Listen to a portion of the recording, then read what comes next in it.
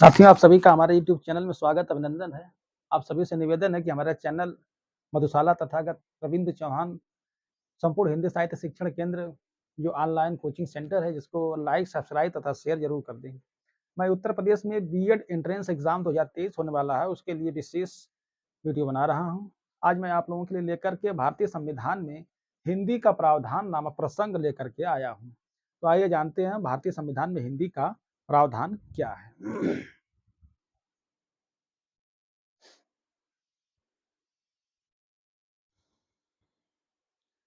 भारतीय संविधान समिति ने 14 सितंबर 1949 को 14 सितंबर 1949 को भारत की राजभाषा हिंदी को स्वीकार किया तथा 14 सितंबर 1949 ईस्वी को, ठीक है, 14 सितंबर 1949 ईस्वी में भारत की राजभाषा बनी कौन? हिंदी। संविधान में 343 से 351 तक हिंदी की व्यवस्था है। तो 14 सितंबर 1949 ईस्वी को हिंदी भारत की राजभाषा बनी, ठीक है, भारत की राजभाषा बनी। 14 सितंबर 1949 ईस्वी को हिंदी भारत की राजभाषा बनी। संविधान में 343, ठीक है, ये अनुच्छेद है, ठीक है, अनुच्छेद 343 से 351 तक, भारतीय संविधान में अनुच्छेद 343 से 351 तक हिंदी की व्यवस्था है, ठीक है, हिंदी की व्यवस्था है। याद रखिएगा, भारतीय संविधान में अनुच्छेद 343 से 351 तक हिंदी की व्यवस्था है। 14 सितंबर 1949 को हिंदी भारत की राजभाषा बनी। याद रखिए, राष्ट्रभाषा नहीं बल्कि राजभाषा बनी। गुजराती कवि नर्मद ने हिंदी को राष्ट्रभाषा बनाने का विचार रखा। सर्वप्रथम गुजराती कवि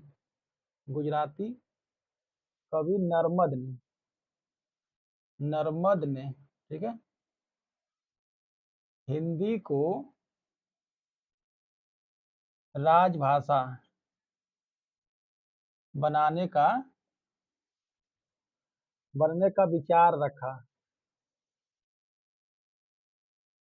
याद रखिएगा, सर्वप्रथम गुजराती कवि नर्मद ने हिंदी को राजभाषा बनने का या बनाने का विचार रखा।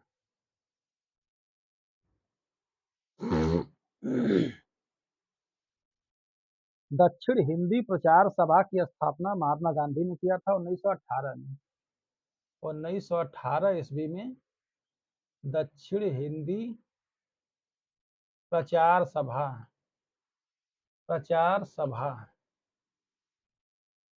महात्मा गांधी ने, ठीक है, महात्मा गांधी ने स्थापित किया था, ठीक है, स्थापित किया। तो 1918 ईस्वी में दक्षिण भारत हिंदी प्रचार सभा की स्थापना कब हुई थी? 1918 में। किसने? महात्मा गांधी ने किया था।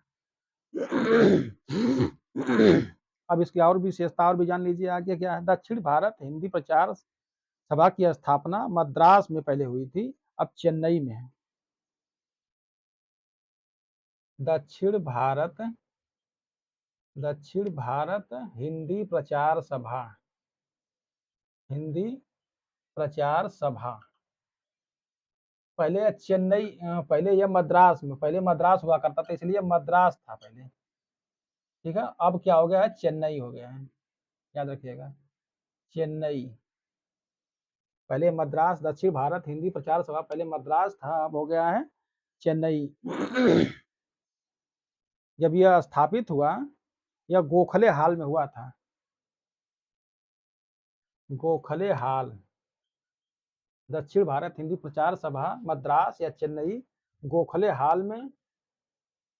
अध्यक्ष कौन थे उसके?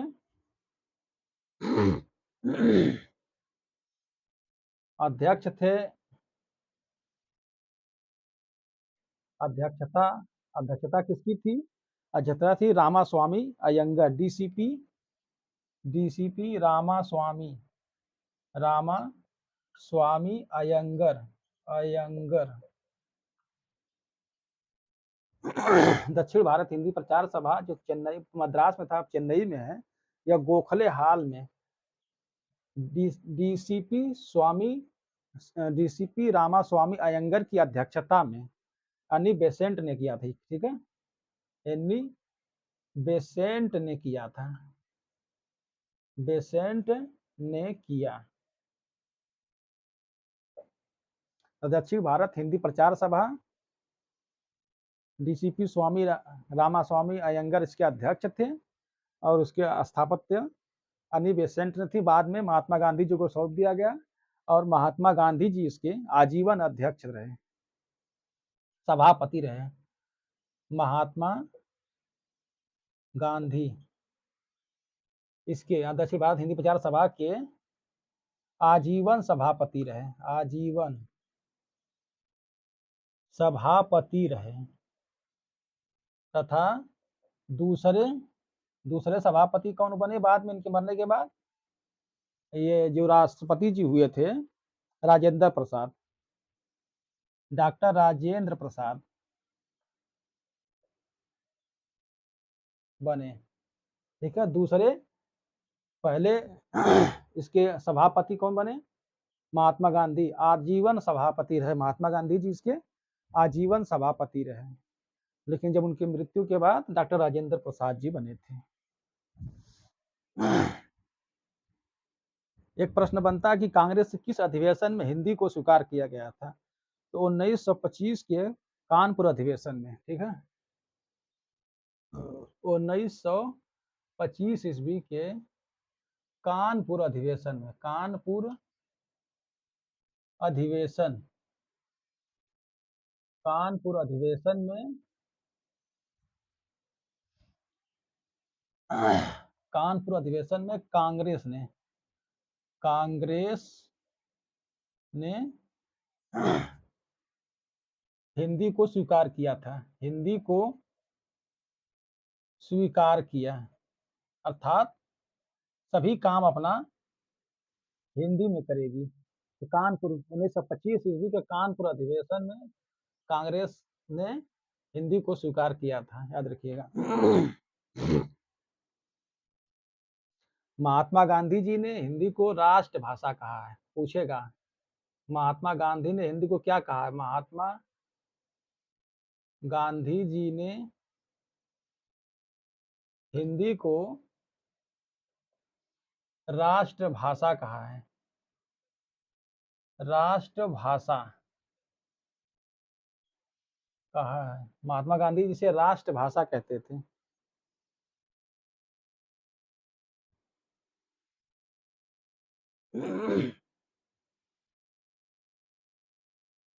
राजा राम मोहन राय ने कहा था कि देश की एकता के लिए हिंदी अनिवार्य है। भाषा के 3 क्षेत्र हैं। भाषा के 3 क्षेत्र होते हैं, क्षेत्र होते हैं। पहला क्षेत्र राजभाषा, राजभाषा। दूसरा राष्ट्रभाषा, राष्ट्रभाषा। और तीसरा होता है संपर्क भाषा, संपर्क भाषा। ये भाषा के 3 क्षेत्र माने जाते हैं। ठीक है, इसके बारे में और विस्तार से जानना तो हमारी पुरानी वीडियो जरूर देखिएगा। आगे मिटाने जा रहे हैं, इसको लिख लीजिए दोस्तों, ये हमने पहले ही लिख दिया है। जान लीजिए कुछ महत्वपूर्ण तथ्य हिंदी के बारे में। श्री गोपाला स्वामी अयंगर ने हिंदी को राजभाषा बनाने का प्रस्ताव रखा था। अयंगर ने सर्वप्रथम, याद रखिएगा सर्वप्रथम, लेकिन सर्वप्रथम हिंदी को राष्ट्रभाषा बनाने का सर्वप्रथम जो आवाज उठी थी वो बंगाल की धरती से उठी थी। याद रखिए, हिंदी को राजभाषा बनाने का जो आवाज उठी थी सबसे पहले बंगाल की धरती से उठी थी। श्री गोपाला स्वामी अयंगर ने सर्वप्रथम हिंदी को राजभाषा बनाने का प्रस्ताव रखा और 14 सितंबर 1949 को संविधान समिति ने हिंदी को राजभाषा की मान्यता दे दिया गया, अर्थात हिंदी राजभाषा बन गई 14 सितंबर 1949 को, याद रखेगा। 14 सितंबर 1949 को यह राजभाषा बनी, क्या, हिंदी, श्री गोपाल स्वामी अयंगर के सहयोग से। राष्ट्रीय हिंदी प्रचार सभा वर्धा, वर्धा गुजरात में राष्ट्रीय हिंदी प्रचार सभा है, जो कि उसी के आग्रह पर, राष्ट्रीय हिंदी प्रचार सभा वर्धा के आग्रह पर 14 सितंबर को हिंदी दिवस मनाया जाने लगा। ठीक है, इसके पहले हिंदी दिवस नहीं मनाया जाता था। तो राष्ट्रीय हिंदी प्रचार सभा वर्धा ने आग्रह किया सरकार से कि 14 सितंबर को हिंदी दिवस मनाया जाए, तो सरकार ने मान लिया उसको, और यह 14 सितंबर को हिंदी दिवस मनाया जाना लगा। 14 सितंबर को, हर साल 14 सितंबर को हिंदी दिवस मनाया जाने लगा। सर्वप्रथम हिंदी दिवस कब मनाया गया था? 14 सितंबर 1953 ईस्वी को। 14 सितंबर 1953 ईस्वी को सर्वप्रथम हिंदी दिवस मनाया गया था। कब?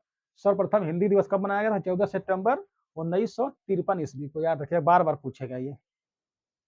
संविधान लागू होने के बाद अंग्रेजी को केवल था, संविधान ने जो लैंग्वेज संबंधी प्रावधान किया, उसको लागू होने के बाद संविधान में यह कहा गया कि अंग्रेजी को तुरंत खत्म नहीं किया जा सकता, इसलिए 15 वर्ष तक धीरे धीरे सहयोग के रूप में रहेगी, लेकिन 15 वर्षों तक यह बनी रहेगी।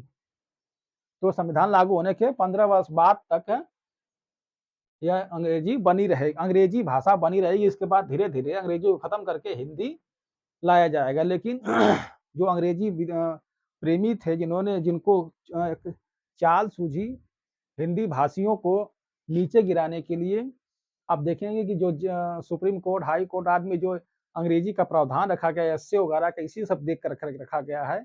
अब देखेंगे कि जाकर को वहां देखेंगे कि एक ही जाति के, एक ही धर्म के 99% लोग जज बनते हैं। कारण यही है, हिंदी, हिंदी को पीछे करने के लिए सब चाल चली गई। उसके बाद भी 26 जून 1965 ईस्वी को एक प्रस्ताव पारित किया गया। 26 जून 1965 ईस्वी को एक प्रस्ताव पारित किया गया, जिसमें अंग्रेजी और हिंदी, अंग्रेजी को खत्म न करके 15 साल बाद, बल्कि इसको द्वि भाषा की मान्यता दे दी गई। अंग्रेजी और हिंदी को द्वि भाषा की मान्यता दी गई। यह चाल चली गई भारतीयों, भारत में जो यहाँ के मूल निवासी थे, इनकी अंग्रेजी कमजोर थी, उनको पीछे करने के लिए। और एक ही जाति के लोग, एक ही धर्म के लोग न्याय व्यवस्था पर और जितने प्रशासनिक व्यवस्था है, अंग्रेजी के सहयोग से आज बैठे हुए हैं, और कहते हैं अंग्रेजी के बिना कुछ भी नहीं है। लेकिन अंग्रेजी से या किसी भाषा से किसी की विद्वता, किसी बुद्धि पर प्रभाव नहीं पड़ता है।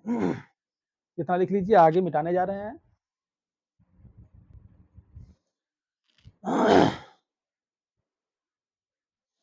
संविधान के भाग 17 में अनुच्छेद 343 से 351 तक राजभाषा का प्रावधान है। भाग 17 अनुच्छेद 343 से 351 तक, 43 से अनुच्छेद 351 तक, ठीक है। भाषा का प्रावधान है।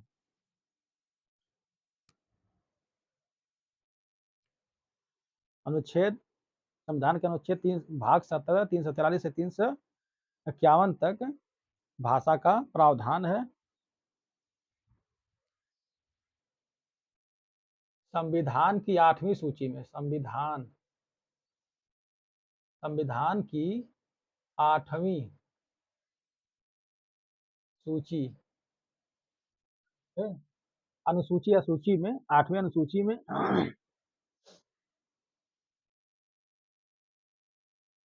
22 भाषाओं को मान्यता प्राप्त है। 22 भाषाओं को मान्यता प्राप्त है। संविधान की 8वीं अनुसूची, ठीक है, 8वीं अनुसूची में 22 भाषाओं को, याद रखिएगा, 22 भाषाओं को मान्यता प्राप्त है। लेकिन शुरुआत में, ठीक है? शुरुआत में जब संविधान लागू हुआ, जब ये मान्यता प्रदान की गई, कुल 14 भाषाओं को शामिल किया गया था। शुरुआत में कुल 14 भाषाओं को, ये 14 भाषाओं को स्वीकार किया गया था। स्वीकार किया गया था। याद रखिएगा, शुरू में 14 भाषाओं को ही स्वीकार किया गया था। 14 भाषाएं कौन कौन सी थी? काश्मीरी, शुरू में 14 भाषाएं कौन कौन स्वीकार की? काश्मीरी, पंजाबी, गुजराती, पंजाबी, गुजराती, काश्मीरी, पंजाबी, गुजराती, मराठी, कन्नड़, मलयालम, मराठी, कन्नड़,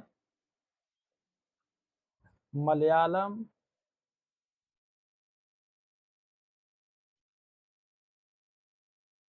कन्नड़, मलयालम, तमिल, तेलुगु, उड़िया, तमिल, तेलुगु, उड़िया, तमिल, तेलुगु, उड़िया, बांग्ला, असमिया, बांग्ला, असमिया, बांग्ला के बाद असमिया के बाद हिंदी, संस्कृत, उर्दू। हिंदी, संस्कृत, फिर 14वां नंबर पे उर्दू। तो संविधान की 8वीं अनुसूची में 22 भाषाओं का उल्लेख है, लेकिन शुरू में 14 भाषाएं ही थी जिनको मान्यता दिया गया था। 14 भाषाएं कौन कौन सी थी? काश्मीरी, पंजाबी, गुजराती, मराठी, कन्नड़, मलयालम, तमिल, तेलुगु, उड़िया, बांग्ला, असमिया, हिंदी, संस्कृत और उर्दू। ये 14 भाषाएं थी जिनको शुरू में मान्यता प्रदान किया गया था। उसके बाद कौन कौन सी और भाषाएं शामिल की गई? 1967 द्वारा हिंदी, फिर 1967 में 1967 में सिंधी भाषा को मान्यता दिया गया। 1967 में 15वां हो गया ना ये, फिर 16वां 1967 में सिंधी को मान्यता दिया गया। 72 में कोंकणी, मणिपुरी, नेपाली। 1972 में कोंकणी, मणिपुरी, नेपाली। 15 के बाद 16 हो गया, 17 हो गया, 18 हो गया, ठीक है। कोंकणी, मणिपुरी तथा नेपाली को मान्यता दिया गया था। 18 के बाद 19वें नंबर पर आ जाइए। 19वें नंबर पे 2003 में 2003 92वां संशोधन, 92वां संशोधन, ठीक है। ये सिंधी को 21वां संशोधन में दिया गया था। 21वां शोधन, सिंधी 21वां संशोधन, ज्यादा नहीं पूछेगा उतना। 2003 में फिर बोडो, डोंगरी, मैथिली, संथाली को दिया गया था। बोडो, डोंगरी, मैथिली तथा संथाली, इस प्रकार से कुल 22 भाषाएं हो जाती हैं। बोडो ये 20वां हो गया, 21वां हो गया या 22वां होगा, ठीक है। तो बोडो, मैथिली और संथाली 2003 में बोडो, 2003 में याद रखिएगा 92वां संशोधन 2003 द्वारा बोडो, डोंगरी, मैथिली, संथाली को मान्यता दिया गया। और 67 में सिंधी को, 67 में 91वां संशोधन, 21वां संशोधन में कोंकणी को, 72 में मणिपुरी, नेपाली को दिया गया था। ये 22 भाषाएं जिनको मान्यता दिया गया था। इतना लिख लीजिए, आगे फिर बढ़ाने जा रहे हैं।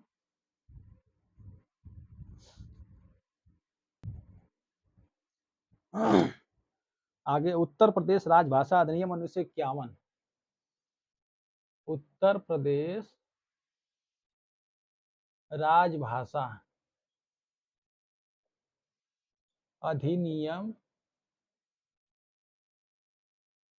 1951। ठीक है, उत्तर प्रदेश राजभाषा अधिनियम 1951 को ये ये अधिनियम बना था 1951 में। सन 1989 सन 1989 में उर्दू को ईस्वी में उर्दू को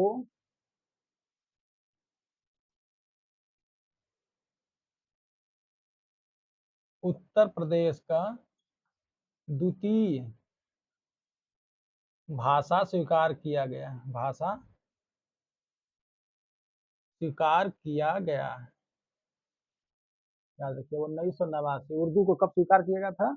1989। अब आइए आगे बढ़ते हैं। जो भाषा का प्रावधान है, राजभाषा का प्रावधान है, वो है भाग 17 343 से 351 अनुच्छेद तक है। याद रखिएगा 343 में क्या है? अनुच्छेद 343। ठीक है, 343 में संघ की राजभाषा हिंदी तथा लिपि देवनागरी होगी। संघ की राजभाषा हिंदी, संघ की राजभाषा हिंदी तथा लिपि देवनागरी होगी। लिपि कौन सी होगी? देवनागरी होगी। जिसमें प्रावधान किया गया कि संघ की राजभाषा हिंदी होगी तथा लिपि देवनागरी होगी तथा अंकों का स्वरूप तथा अंतरराष्ट्रीय अंकों का स्वरूप। राष्ट्रीय अंकों का स्वरूप, अंकों का स्वरूप क्या होगा? अंतरराष्ट्रीय अंकों का स्वरूप 0 1 2 3 4 5 6 7 8 9 ये होगा। अंतरराष्ट्रीय अंकों का स्वरूप ये होगा, याद रखिएगा। तथा भारतीय जो है, जो भारतीय अंकों का स्वीकार, तो वो 0 हो गया, 1 हो गया, 2 हो गया, 3 हो गया, 4 हो गया, 5 हो गया, 6 हो गया, 7 हो गया, 8 हो गया और 9। संघ की राजभाषा हिंदी तथा लिपि देवनागरी होगी। 343 में किया गया अंकों का स्वरूप होगा ये इस तरह से होगा। 344 में 344 अनुच्छेद 344 में क्या किया गया? राजभाषा आयोग। इसमें राजभाषा आयोग बनेगा। राजभाषा आयोग 5 से 10 बरस में। ठीक है, इसमें 344 में राजभाषा आयोग। अनुच्छेद 345 में क्या है? राज्य की भाषा या केंद्र की भाषा, संघ की भाषा हो गई है राज्य, राज्य की राजभाषा, राज्य की राजभाषा होगी हिंदी। अनुच्छेद 43 में 45 में राज्य की राज्य भाषा। अनुच्छेद 346 में प्रावधान किया गया है राज्यों के बीच, राज्यों के बीच या संघ, संघ राज्य के बीच संपर्क भाषा। ठीक है, अर्थात केंद्र सरकार और राज्य सरकार के बीच जो संपर्क का काम करेगी वो उसका प्रावधान इसी में किया गया है। संपर्क भाषा आगे प्रावधान किया गया 347 में, अनुच्छेद 347 में कहा गया कि किसी राज्य में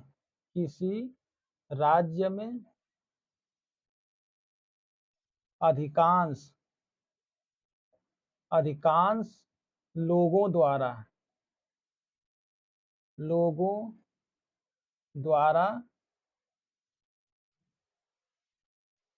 बोली जाने वाली विशेष भाषा, ठीक है, 347 अनुच्छेद में इसका प्रावधान किया गया। अनुच्छेद 348 में कहा गया है, 348 में क्या कहा गया है, हाई कोर्ट सुप्रीम कोर्ट, अर्थात ये शॉर्ट में हाई कोर्ट और सुप्रीम कोर्ट की भाषा, ठीक है, 348 में हाई कोर्ट सुप्रीम कोर्ट की भाषा होगी। थोड़ा कैमरा और नीचे कर दे रहे हैं।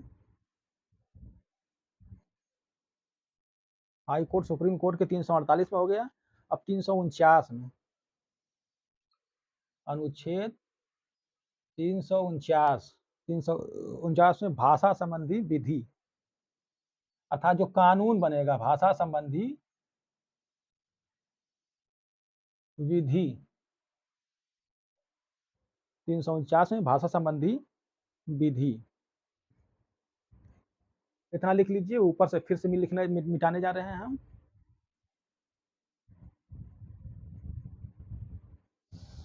आगे है अनुच्छेद 350, अनुच्छेद 350, इसमें मातृभाषा में शिक्षा, मातृभाषा में शिक्षा, मातृभाषा में शिक्षा होगी। अभ्यावेदन प्रयुक्त भाषा भाषाई अल्पसंख्यकों का प्रावधान, अभ्यावेदन भाषाई अल्पसंख्यकों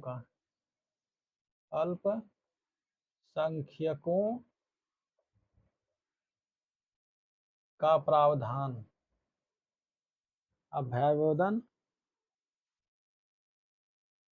भाषाई अल्पसंख्यकों का प्रावधान,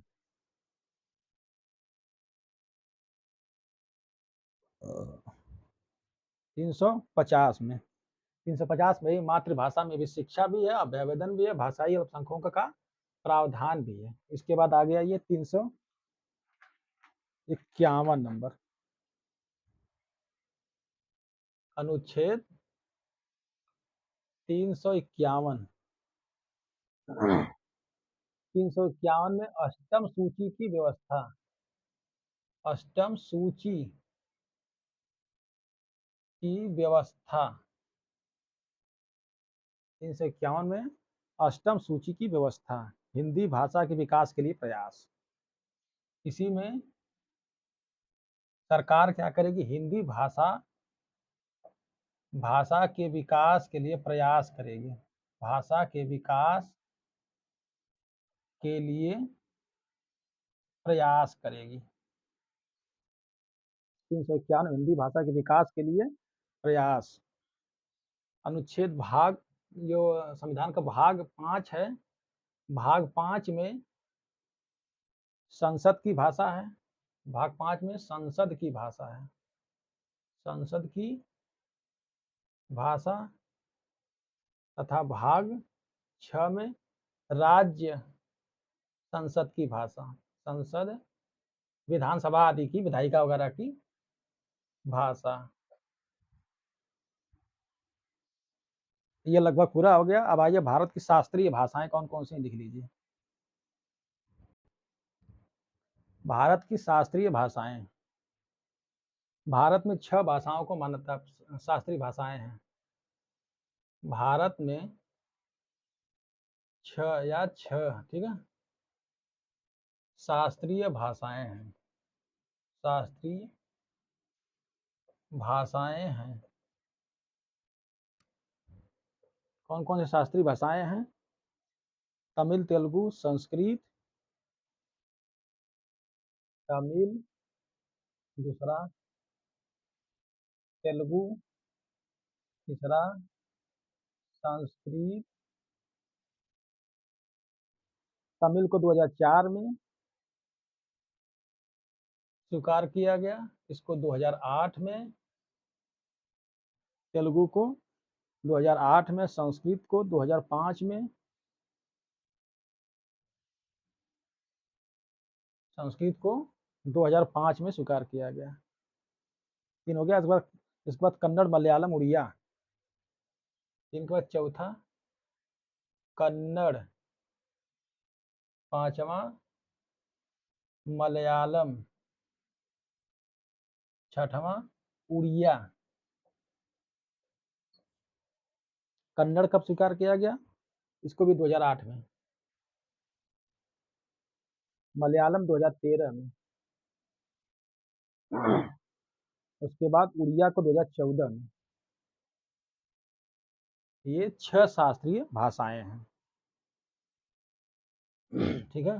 प्रथम शास्त्रीय भाषा कौन सी है पूछेगा। प्रथम शास्त्रीय भाषा याद रखेगा तमिल है। प्रथम शास्त्रीय भाषा कौन है? यह तमिल है। प्रथम शास्त्रीय भाषा तमिल। दोस्तों ये वीडियो लगभग आधे घंटे से बेसिक बन गई है। इसमें हमने भारतीय संविधान में जो हिंदी का प्रावधान है और संविधान में जो हिंदी के प्रावधान संबंधी जो प्रश्न पूछते हैं यूपी बीएड में पूछेगा, या पक्का इसे 1-2 प्रश्न आना ही आना है। हमारे आधे घंटे की वीडियो अगर देखते हैं तो 2-4 प्रश्न आपका पक्का बढ़ जाएगा। आप सभी से निवेदन है कि हमारे चैनल को लाइक, सब्सक्राइब तथा शेयर जरूर कर दें। अगली वीडियो में हम मिलेंगे आपको लेकर के अंतर्राष्ट्रीय हिंदी सम्मेलन के बारे में विस्तार से चर्चा करेंगे।